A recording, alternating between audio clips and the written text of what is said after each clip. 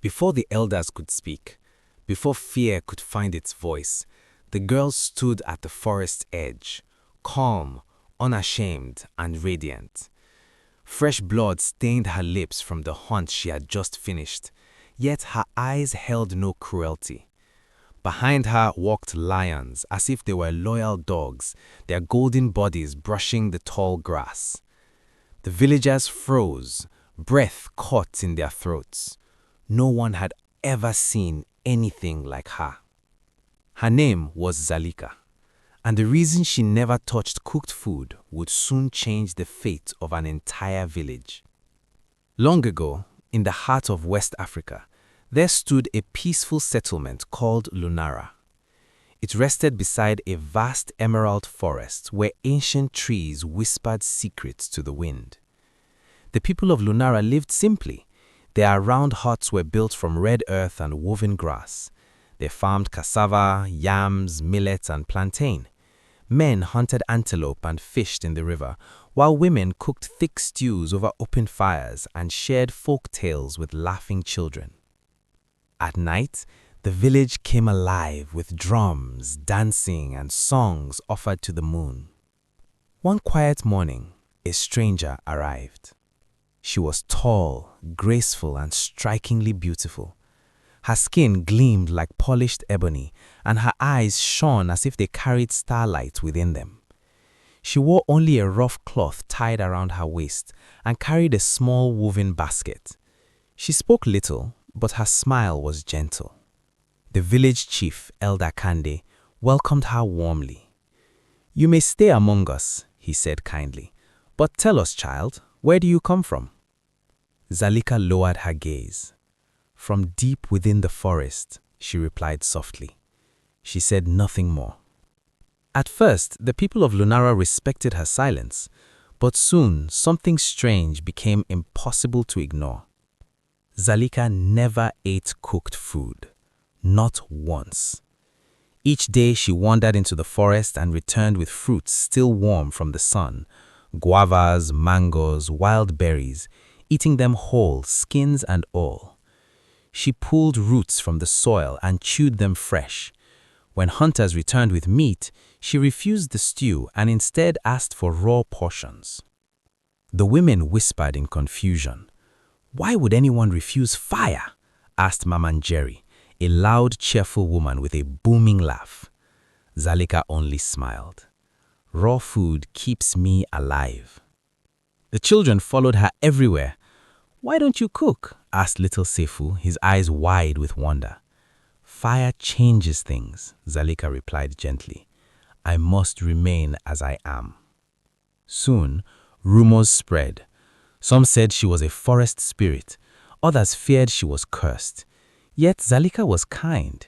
She fetched water for the elderly, taught the children forest songs, and helped the sick reach the healer. Animals never feared her. Birds perched on her shoulders. Snakes slithered past her feet without harm. One night, strange sounds echoed from the forest. Roars, cries, and trembling trees. By morning, massive paw prints circled Zalika's hut. Then came the day everything changed. A hunter named Bako ran into the village shouting, "She speaks to snakes!" The elders called Zalika before them. "Tell us the truth," said Elder Kande. "Why do you eat only raw food? What are you hiding?" Zalika's eyes filled with tears. "My story is painful," she whispered. "If I tell it, you may fear me." Before she could continue, the forest shook. A deep roar rolled through the trees like thunder. From the shadows emerged a massive lion, larger than any ever seen. Its mane shimmered gold and black. The villagers froze in terror. Zalika stepped forward. She placed her hand on the lion's head. The beast closed its eyes and purred. "This is Tamaru," she said. "He is my protector." Days later, the villagers witnessed something even more shocking. When raw antelope meat was offered to Zalika, she ate it before their eyes, blood running down her chin, her strength unmistakable. She grew faster than hunters, stronger than warriors. Fish, still wriggling, she consumed without fear. Animals followed her everywhere. Finally, under a moonless night, Zalika told her truth. As a child, she had drunk from a hidden spirit river deep in the forest, a river forbidden by ancient laws. The water changed her body. Cooked food became poison. Raw life became her power. Animals recognized her as one of their own. But she was not alone. Her younger brother, Baru, had followed her to the river and drank too. The spirits punished him. From the forest now came a terrible creature, half man, half beast, its eyes glowing red with sorrow. It cried like a lost child. "That is my brother," Zalika said through tears. The people of Lunara listened as she explained everything, how Baru transformed, how she fled to protect him, and how the curse would worsen if she ever ate cooked food.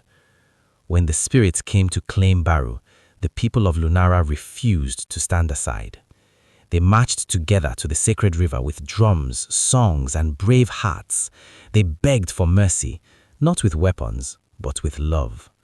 And the spirits listened. The curse was lifted. Partially, Baru became human again, though forever bound to raw food and the wild. Zalika remained as she was. Animals would always walk beside them. Lunara was never the same. From that day on, the people respected the forest, honored life, and welcomed strangers with open arms. And the story of the girl who ate raw food was passed down, not as a tale of fear, but as a legend of love, sacrifice, and forgiveness.